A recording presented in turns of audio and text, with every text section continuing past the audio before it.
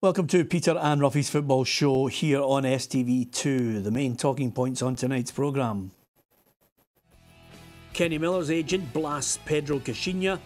Jupp Heynckes says Bayern will not underestimate Celtic. Jimmy Nicholl has been named as Paul Hartley's assistant at Falkirk.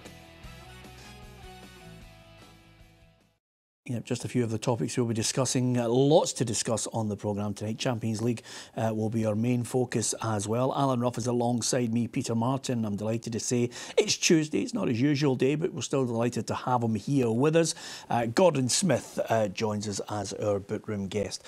Let's have a look at the back page headlines to see what dominated the sports pages this morning in the Daily Record. First of all, as you can see, I'm ready for a second chance. This is Alex McLeish talking, of course, about the Scotland job. I won't pull a fast one is Steve Clarke, just mentioning that he's at Kilmarnock for the long haul.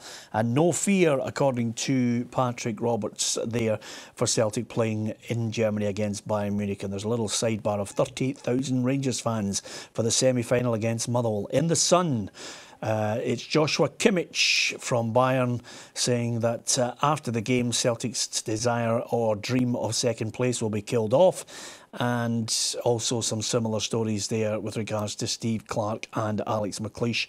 And the Daily Mail going along a similar line, Patrick Roberts with the rallying cry ahead of the Bayern tie. Both teams on the same points in the group, 3 points, but Celtic with that 5-0 defeat to Paris Saint-Germain, and Bayern Munich only lost by 3.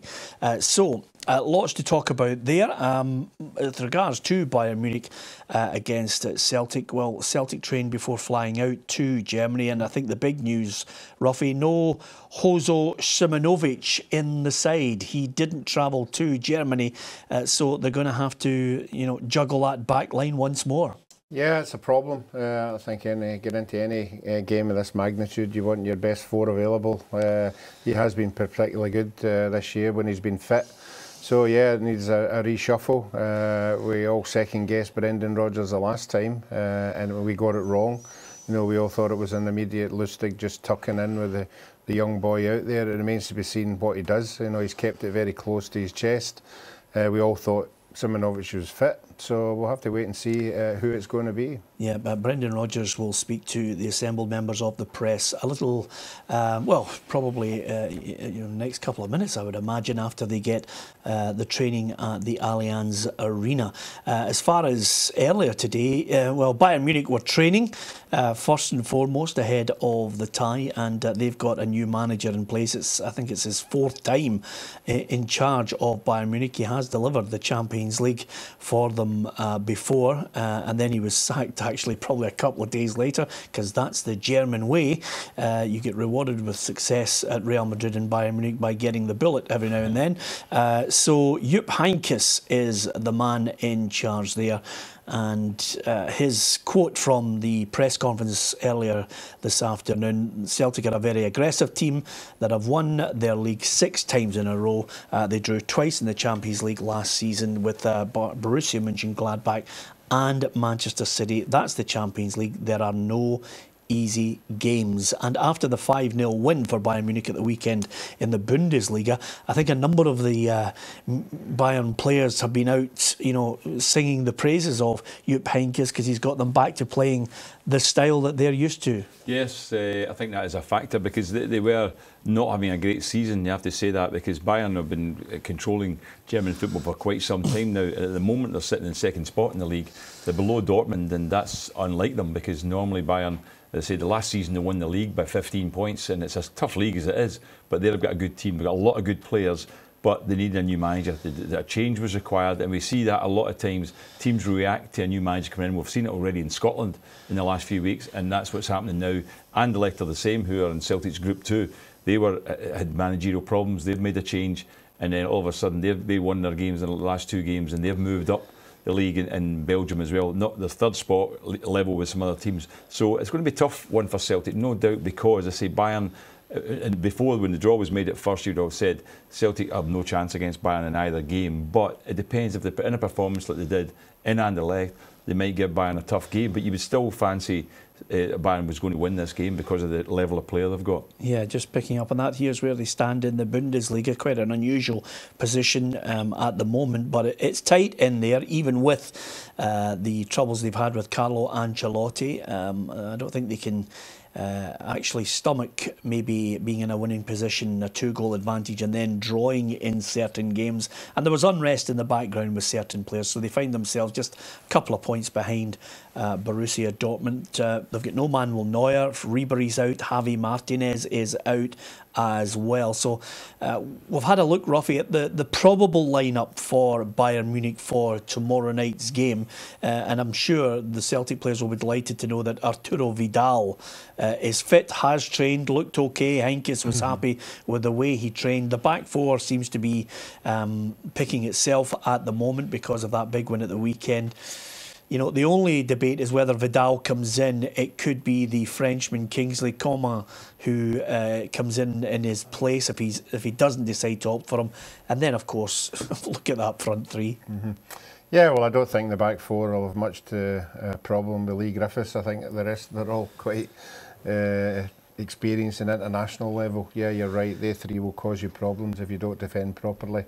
And we've saw a weakness in Celtic has been down the flanks, so that's what they'll be sort of working on against Celtic in this European game. But you saw the quality in that side there. I think Celtic's best hope is they keep it tight, don't lose anything, particularly in the first half, and try and take something out of the game. But on paper, it looks a force that they've never come up against players like that very, very often. So I agree with Gordon, it has to be catching them on an off night and maybe something special happening for Celtic. Yeah, as far as Celtic are concerned, Brendan Rodgers has got a selection dilemma. I've given you a probable lineup. Listen, who am I to second guess where he goes with this? This is, you know, a guesstimate at the moment. It could be tweaked.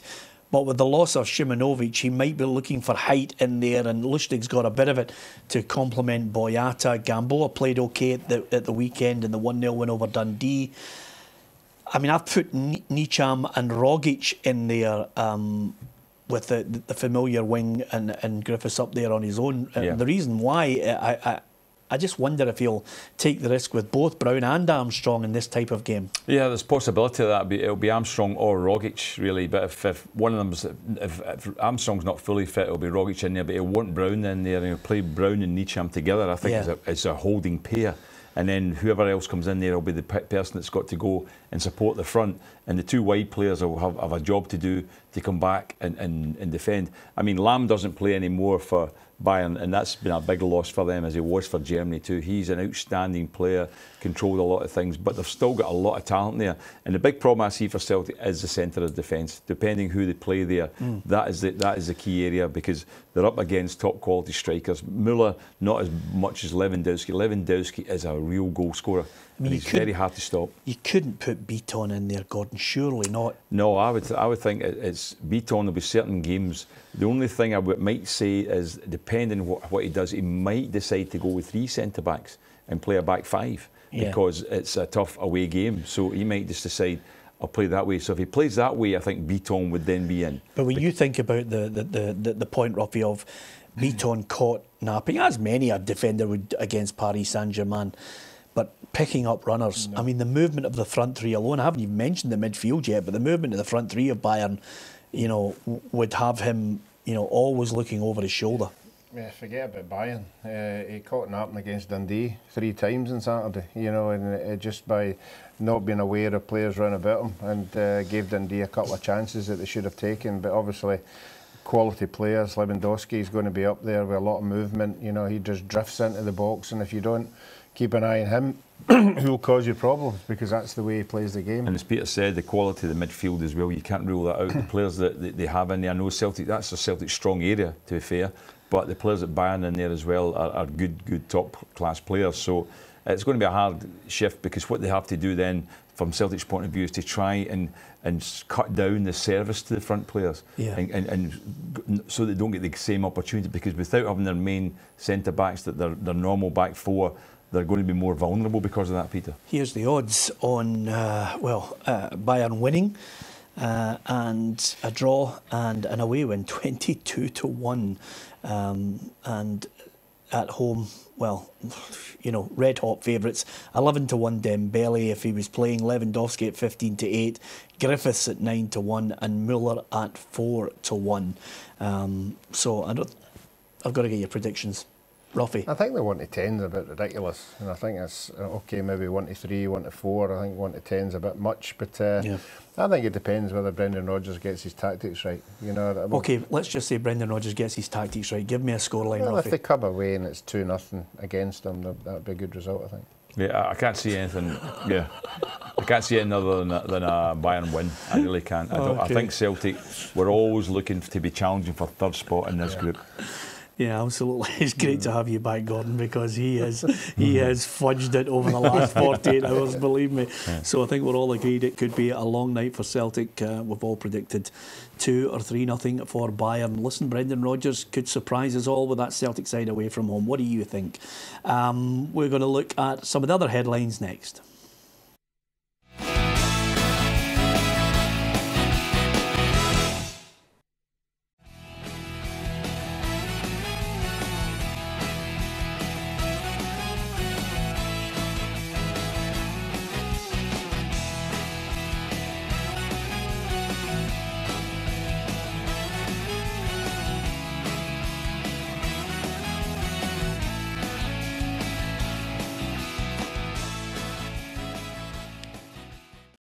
Okay, just a little teaser for you going into the break. How did you fare? Did you get 1980? If you're watching Champions League football over the next couple of nights, not too far away from kick-off from the Tuesday night fixtures, here's what you can look forward to.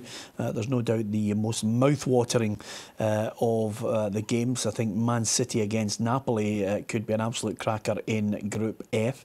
Maribor against Liverpool should be a formality, or he's in big trouble if it's not. As far as the other section there it is, the Bernabeu. Tottenham against Real Madrid in Spain is an absolute cracker, and while everybody denies it and is suggesting that Harry Kane is a homeboy and would like to be a one-club player, if Real Madrid came out with a chequebook, if he plays well, Gordon, he'll be off. Well, that's what I'm saying. He's in the shop window in this game, isn't he? And if he does well, then there's no question about it. There's already talk about an interest that they have in him, and his goal scoring record at the moment is tremendous, isn't it? Yeah, and it's good to know that the whole of English football has now gone crazy with the transfer prices as well. Even pundits are suggesting he's worth 200 million. No, I've not got him there yet. You know, I think he would have to do something at a bigger stage. This is a bigger stage. You know, if he was to single-handedly dismantle a Real Madrid side, the money would go up and up. But I don't even have him around about 100 just now, only because of that's the kind of money that these teams are talking about. Yep, here's the Wednesday night fixtures in the Champions League. We've already discussed Bayern Munich against Celtic. I think Anderlecht, Gordon Smith, could be on a pasting from Paris Saint-Germain in Belgium. Yeah, I think so. That'd be a tough game. I mean, they have picked up a little bit Anderlecht, but I don't think anybody can cope with Paris Saint-Germain just now. They are worried about this game. I've just been back from Belgium over the weekend there, and most people do think that they're going to be under severe pressure in that game. Yep, and Benfica against Manchester United is the other one involving a British club, and now you can see Chelsea at home to Roma, and Barcelona, Olympiacos, Juventus against Sporting Lisbon. It's amazing, actually, Ruffy. We were talking about it yesterday, talking about managers. You know, he seems to have revitalised Manchester United, but there's still no talk of a long-term contract for Jose Mourinho. And I love the way this whole thing plays out between agents and the managers and the club and the chief executive. Suddenly, there's talk that he could be looking elsewhere. Well, I don't understand why we're talking about a new contract. Has he not got another 2 years to go? Yeah, it means nothing. I know it means nothing. It just means more money, Ruffy. Exactly. But I pay off when you leave. Yeah, exactly. I just think that he's at the stage of his career now that he wants to add to his CV. He's obviously got Man United a Europa Cup. You know, obviously depending on what happens this year with Man U. But I think he's now scouting about and just picking a team. You know, that's obviously got a few a few bucks to buy big players, and I think that's the kind of club that he wants to be associated with. To know how much he's actually earned from football, because he's been a highly paid manager for a while because of his record. He's done well, but he's also been paid off a couple of times, I think, already. At other clubs too. I don't think you can count Real Madrid as a payoff, though, can you? I know. I mean, Real Madrid pay off the best managers, and I do have I have a certain amount of. I have no sympathy for him and how he dealt with the physio. Yeah. Chelsea. Yeah. Absolutely not. The doctor. My apologies, but I have no sympathy for him for that. But I have to say, some of the players and their conduct just reprehensible. Downing tools. That really sunk him. It did, there's no question of that. It's happened at a few clubs. I mean, a lot of people, I've heard ex-pros saying there's no such thing as a manager losing the dressing room. And I've had to argue with that many of a time, because I think, yes, they do. Yeah. And that was a great example of it. He lost the dressing room at Chelsea. Yeah, I'll tell you one thing, we try and keep our spirits up here and try and everybody's on an equal and a level playing field, but it's difficult, Ruffy, when you get him name dropping he's been to Belgium. Who goes to Belgium when there's a 80-mile-an-hour winds here? I mean, you stay close to your house. And who goes over there just to watch Anderlecht? Just because they're playing Celtic, just to scouting their players and see what's happening. Absolutely, have to watch it on TV. If you excess detail.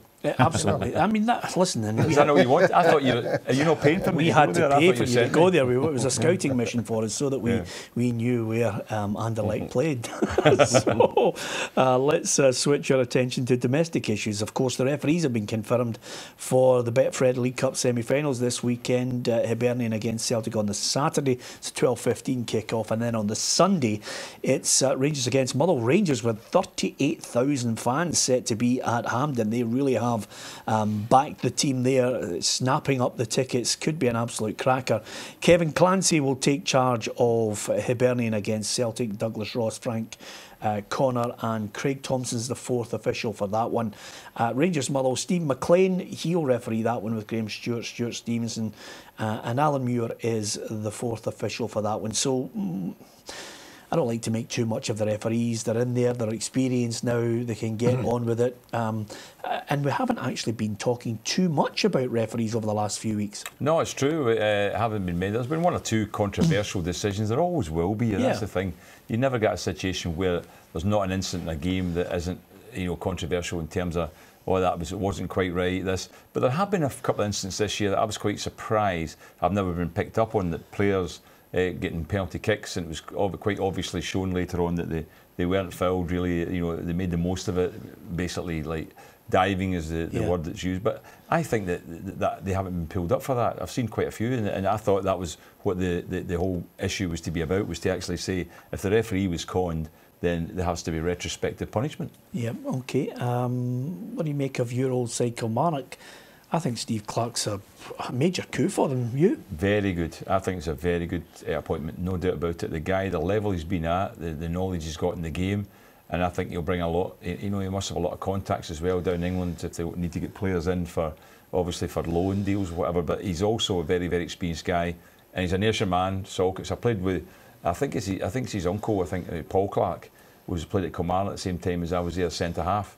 So I played with him, and but he's a boy from Salkits, where Bobby Lennox is from too. So they've produced some good players in their time down in Salkits. So I think it's been a good appointment. Yeah, okay. He's got ambitions to get not only the fans back to Rugby Park in great numbers, but he thinks they can make a move for top six. It's a big club. I remember from years back, obviously coming here as a young boy to watch my older brother Paul play for the team.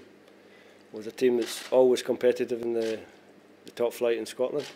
It's maybe drifted a little bit in recent years, but I would put Kilmarnock definitely in the top six when it comes to clubs in Scotland, and that's where we'll aim to be, although we know it's going to be a long road maybe to get there.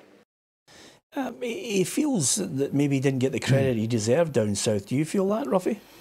I think every manager down there who fails, the first thing they do is they look at the people who are the bosses. And I don't think he thinks he was treated particularly well at the clubs he was at.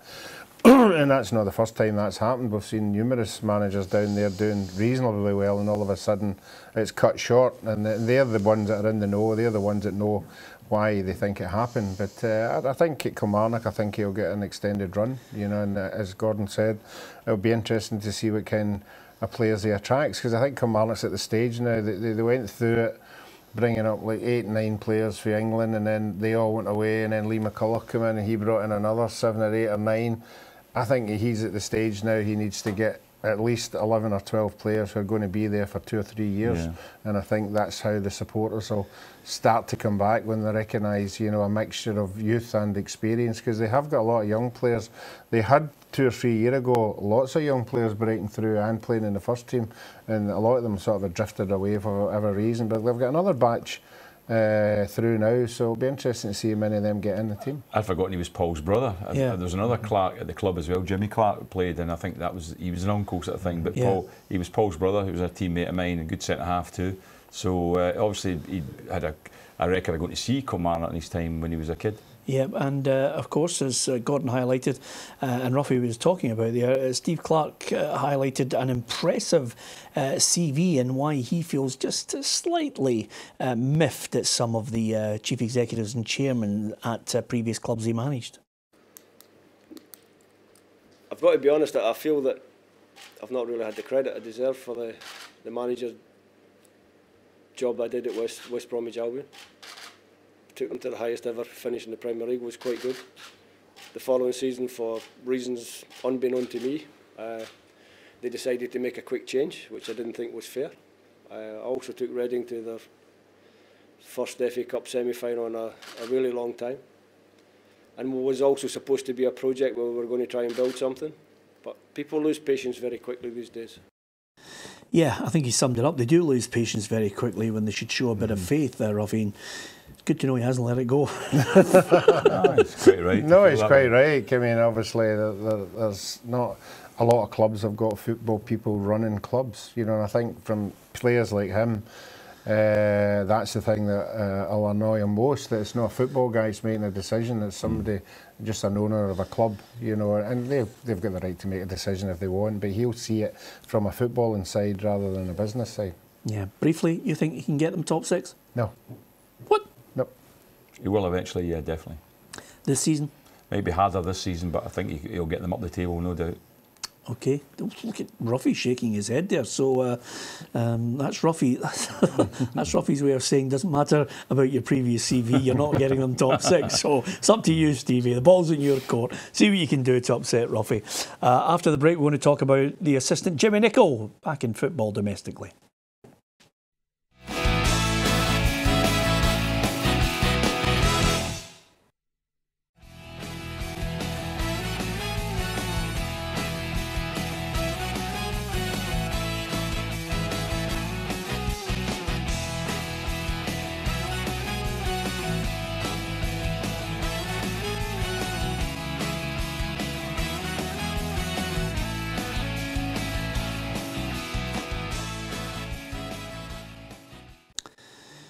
Did you say 89?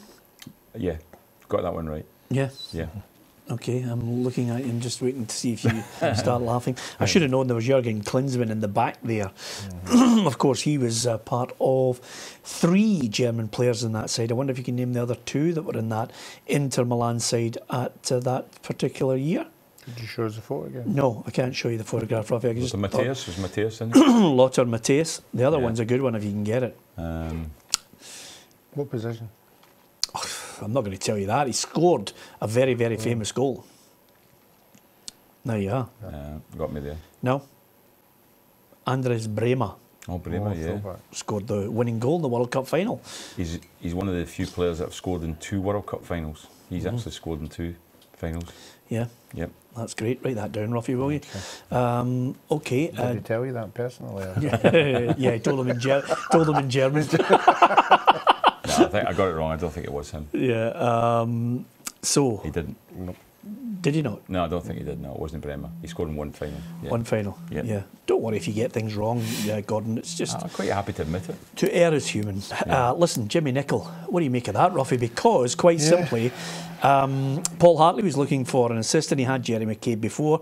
Maybe he needed a different voice, but he has had the experience of Jimmy Nicholl before. Yeah, they certainly have. They know each other very well, you know, and when you're a manager coming into a club, I'm surprised Jerry never got the shout. I thought they got on very well together at Dundee, but Jimmy's been round the block as well, you know, and that's what kind of second-hand guy you need, somebody you can talk to, you know, bounce things off.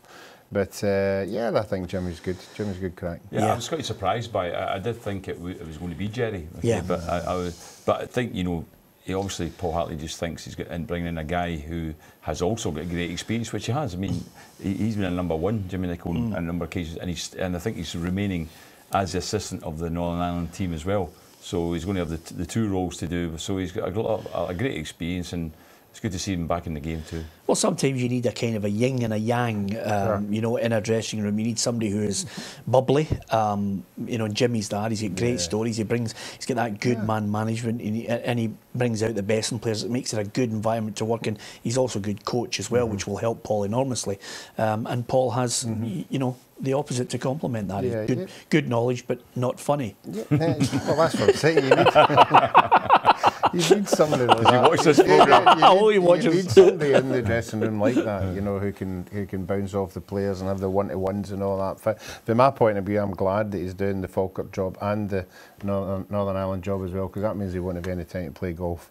And if you've ever played golf with Jimmy, it's a shocker. But he won't be able to do that now, so we'll be able to get and have a nice wee. He's struggling, but I think he needs does not need a hip operation. I think he's got a knee. He's got and ankles. A few problems, yeah, absolutely. Which is, I honestly, I worry. I don't want to get down this road, but I worry about the players of this generation in the next 20 to 30 years, because if the great players, I mean, I think Gordon Strachan get 2 hips, you know, 2 hip replacements. But if the great players on the pitches of grass, 30 years ago, getting ankles fused together. I mean, Frank McAvenny's ankles are fused together, new hips and everything. What is it going to be like for some of the players who are playing in AstroTurf? I mean, they are going to need knees, ankles, the lot. You mentioned Jimmy Nicholl, of course, at international level. He's not losing the job at Northern Ireland, and now they're going to play Switzerland in the World Cup playoff. I'm just wondering if you guys think, you could tell me who you think's got the best draw. Northern Ireland will play Switzerland. It's the Republic of Ireland against Denmark. Italy will play Sweden. Croatia take on Greece. Yeah, well, I think Northern Ireland and Republic, the two teams are not any better than each other. It'll be difficult games. I think the big one is staying away from Italy, because we know that Italy are notoriously slow starters, and eventually they do get to the finals. So we think Sweden are on a tough one there, because they will up their game for this. But no, I think Northern Ireland and Republic have got a good chance. I think that they are 2 winnable games against Switzerland and Denmark, but Switzerland and Denmark are also good teams. They've got a lot of quality players in their team, and I think that, you know, the great thing about Northern Ireland and Republic as well, they've not got the best of players. Maybe I would say these other two countries have got slightly more talented players, but they've got a lot of fighting spirit, a lot of heart in their teams, and that's why that they are where they are now, because they can do that, and that's why I think they've got a great chance. Both countries have a great chance of qualifying. Yeah, I'd love to see both of them make it, Ruffy. I've got a lot of time for Michael O'Neill. You know, there are so many players, and I mean, we've had Josh McGuinness on the show. He's a great lad. They've got Niall McGinn. They've got, you know, quality in the centre half positions, which we would die for. And then the Republic, as Gordon mentioned, they play to their strengths. As Martin O'Neill's, you know, chops and changes depending on the opposition. If the two of them made it, it'd be a great spectacle for Russia. Yeah, I think so. I think we all talk about the football, and we all talk about the wonderful players that go to World Cups. But as far as these two are concerned, yeah, the players will enjoy it, but it's what they bring, and what they bring is their supporters. I think both sets of supporters are equal to our supporters. I think they bring a bit of colour to the World Cup finals, and yeah, let's hope the two of them get there. It is hard to qualify for the World Cups, there's no doubt, because of the fact there's only 9 teams, you know, get through, and then it's the best 8 second places, and then they've got to play each other, so only 4 of them going through. So it's a very, very tough job to get into World Cup finals these days, and that's why even to be in the playoffs is a bit of success. If we'd reached the playoffs, even if we hadn't won the playoffs, I think if we'd reached them, I would have been considering it a success, actually, rather than even getting to the finals. Yeah, and listen, from the 9th on to the 14th, it'll just be painful to watch, you know, what might have been. And it's the first chance I've had to get your thoughts, Gordon, because you weren't with us at the weekend, on Alex McLeish says he wants the job. There'll be a number of candidates that they're now, actually this week, Stuart Regan will be sifting through applicants, people that he may well have on the list that they're actually thinking about.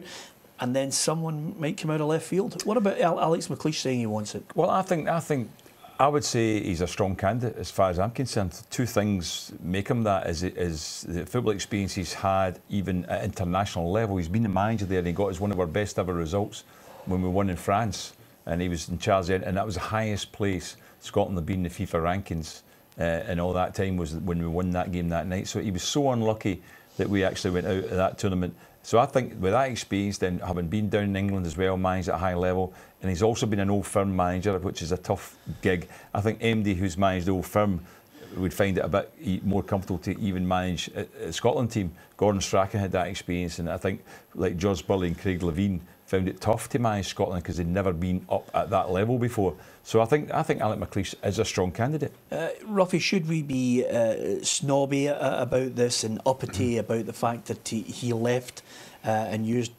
Scotland as the stepping stone at a point where, you know, a number of Tartan Army fans, you know, that rankles with them. I don't think we're in a position to be, you know, choosy about things like that. No, I always say that supporters can be brought into line. You know, a couple of wins, you know, that whatever you think about a previous manager or player, you know, it just goes out the window, you know, because that's what supporters are. They want to support the team. They want to see a manager coming in and being successful. So I wouldn't hold that against Alex. You know, he was a young manager then who couldn't say no to that kind of thing. I think now at this stage of his career that this would be an ideal job for him. Yeah, the other thing about it as well, you know, I can remember him making us very difficult to beat, and we could always snatch the odd win against the run of play. You mentioned the games against France. Of course, this was a time when we had Steve McManus and Gary Caldwell. I was mentioning to Stephen a couple of weeks ago, we were slaughtering both of them as centre halves. Yeah.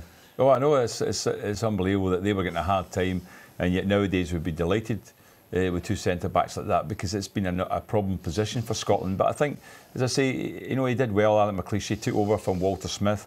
Walter Smith left for a job, and he was criticised for that because he left to go back to Rangers, and then Alec McLeish came in and did a good job and then left for England. And I have to be honest with you, I won't tell you any figures, but when Alec McLeish said he was leaving, I was the chief executive at the time, and I went, why? And then he told me why.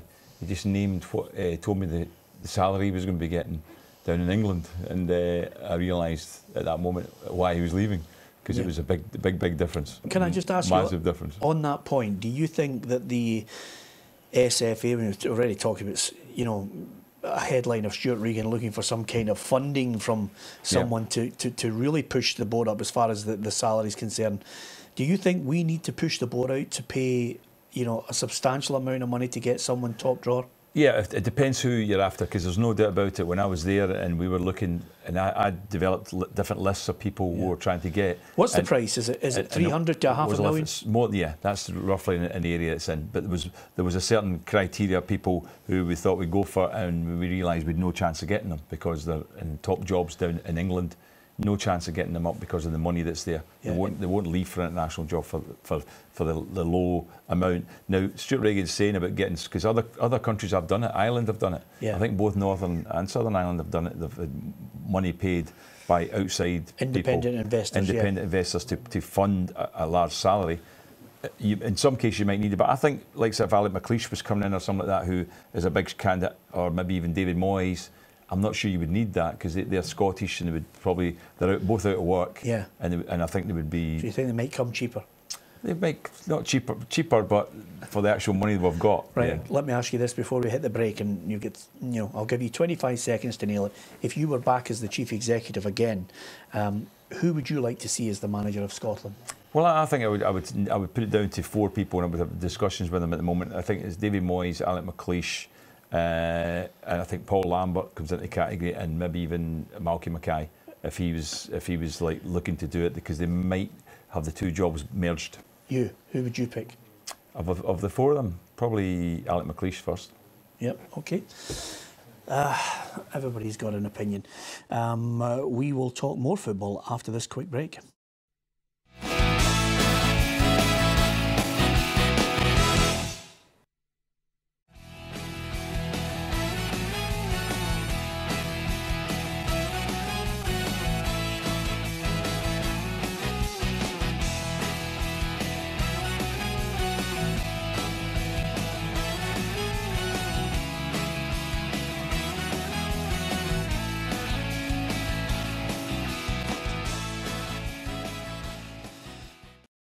you a Gladiator fan, Ruffy? Love it. I've watched it about 12 times. Yeah. Still not happy with the ending. You wanted them to live, didn't you? Of course I did. Yeah. You got that right, Peter, didn't you? Yeah, Yeah, 2001. Got that right. The thing about it is, I'm sorry if we've spoiled if you haven't seen it. When we're just giving away what happens to him at the end, which reminds me, Ruffy, of Top Gun, when I was really looking forward to going to see it when I was at school. Until my nephew says a great movie until Goose dies, and then it just kills it for you, doesn't it? Yeah. Simple as that. Do you believe in karma, Ruffy? No, you're not into that. I do. I believe it. Yeah. I mean, things happen sometimes, but they don't happen all the time. Yeah. If they happened all the time, I would believe it, but not just in isolated occasions. Yeah, you don't think if you do something bad that it will come back to bite you? I'm still here, aren't I? It's a good point. The reason why I mention that is Leicester City have sacked Craig Shakespeare. Now, Ruffy, you know I'm not a fan. Leicester was the dream story until I think there was a bit of, just a personal opinion, I think there was a bit of skullduggery going on in the background.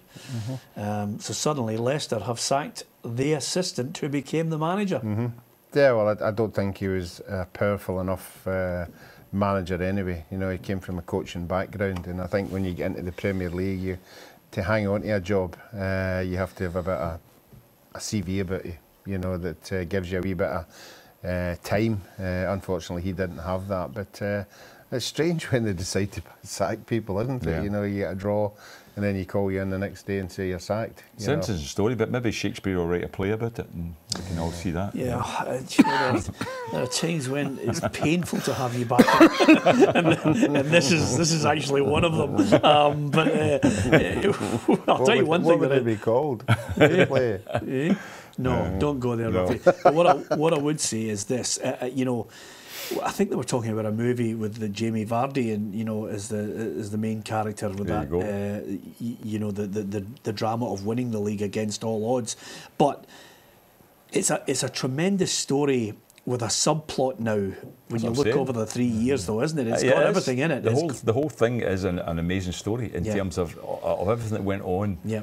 Why did the players stop playing for him? Why did you just won the league? I'd love to have been a fly in the wall. What went on? What was going on in the background? Yeah, exactly. And it must have been directors must have been getting told certain things, and you don't know where the guy Shakespeare stood with it all. Whether he just was part of it, or whether he just happened to benefit from it. But there you go, his time's been short as well now. So, I mean, that's not even a year in the job, is it? Yep, plots, subplots, skullduggery, and the desire for power. It's all there, Ruffy. It's got the makings of a... There is a good play. Yeah. It is a Shakespeare play. Yeah, absolutely, you're right. But just don't know what we'd call it. Maybe it's a competition to see what we'd call it. A couple of stories I want to get your thoughts on. Of course, talking of down south, Newcastle up for sale. Gordon, and I think at this point everybody's thinking, well, great, he's going to sell, but he needs to get weighed in. Yeah, absolutely. I've heard actually some time ago, it's only just become public, but I've been told by certain people I've known for a while that he's been looking to sell. He definitely wants out, and he wants a certain amount of money, and he's delighted the fact that they got into the Premier League in England makes a big difference in terms of the value of the club. So he's got his figure on it, what he wants, and he wants to be out by Christmas. Yeah, although, you know, the story is, it, you know, grows arms and legs here, Ruffy, is that he's willing to accept structured payments, you know, just to be able to wash his hands of it, and, you know, if somebody wants to stagger the buying of the club. Oh, well, I think when you get into that kind of 160 million, 170 million, I think you've got to do that. There's not many people nicking about with that kind of pocket money. I think he's looking for about 400. Yeah. 400 million, I think, was the kind of value that he's 300 to 450 is what we're talking about, That's what I've heard. That's what I heard quite some time ago. And to be fair, in England, that is probably the value of the clubs nowadays in terms of the finance that comes in. And it is a wonderful club. Yeah. When you see it, when you get a chance to get down there, the supporters are absolutely fantastic. The stadium's wonderful, the atmosphere in it. Maybe it just needs somebody, you know, who is, you know, not in conflict with anybody, and just getting in there and just giving them the team that they need. Well, it's a great time to sell it as well, because they have a manager whose stock is high again, 9th in the table is He's going great guns for them. I mean, I think a lot of people thought they would struggle again. Yes. But, you know, we're talking about Leicester sacking their manager. He's in 18th position. They are in trouble, Ruffy. But Rafa Benitez has got the stock high there. Yeah, I think we spoke about it yesterday. It seems to be, you know, when big clubs want success, they employ managers who have had success, you know, and it breeds it. You know, these guys come, they might not happen for them right away, but when they've won a league in another country, or they've won a league here, or a cup, or whatever, they generally come up with the goods, and there's not many of them fail. I don't think he spent a lot of money, though, in terms of player purchases, and I think the fans were not particularly happy with that. I think that they cut back a little bit on their spending, but Rafa Benitez, with the squad they had, has managed to achieve something. And to be fair, though, you're right, Gordon, they're not all household names. I mean, the one player that stands out for me at times is John Joe Shelvey. Yeah. Because he can pick a pass. You know, when he's in the mood, he looks irresistible. Yeah, but when you see the crowds that Newcastle are getting, and then you're looking at the other teams, you know, the Man Uniteds, the Chelseas, and they're spending 70 million, 80 million, you know, and these supporters are going week in, week out, you know, full stadium. They'll be saying to themselves, well, why are we not bringing that kind of quality of player in? Yeah. Yep, it's because he's decided not to do it, because he's obviously wanting it. Yep, absolutely. I think the Newcastle fans will be delighted at that, Gordon. I think so. I think that, you know, there's been a sort of a turbulent relationship between them to the degree that they don't think he is the man to take that's going to embellish things with the club and take things forward to higher level. They think that, you know, he is quite tight with his money, and he says that his money is tied up in other area. That's why he's not spending fortunes. Or, you know, he's meant to be a billionaire, but he's not spending it on the football club because he says his money is tied up in other businesses. So from that point of view, that's been an annoyance to the fans because they think they've got such a rich guy in charge. But there is a whole load of people out there, and we've seen it in England, and it's mainly been foreign buyers, to be honest with you, isn't it? Yeah. I mean, I imagine once again, that's the only thing that's going to happen. There's going to be a non-English buyer that will come in and take Newcastle. Yep, okay. A couple of stories I want to get your thoughts on, lads. I mean, I always like to look at the gossip, you know, north and south, to see what they're looking at and see which agent is trying to punt which player. A number of clubs looking at Alfredo Morelos. Has he done enough to suggest that he's...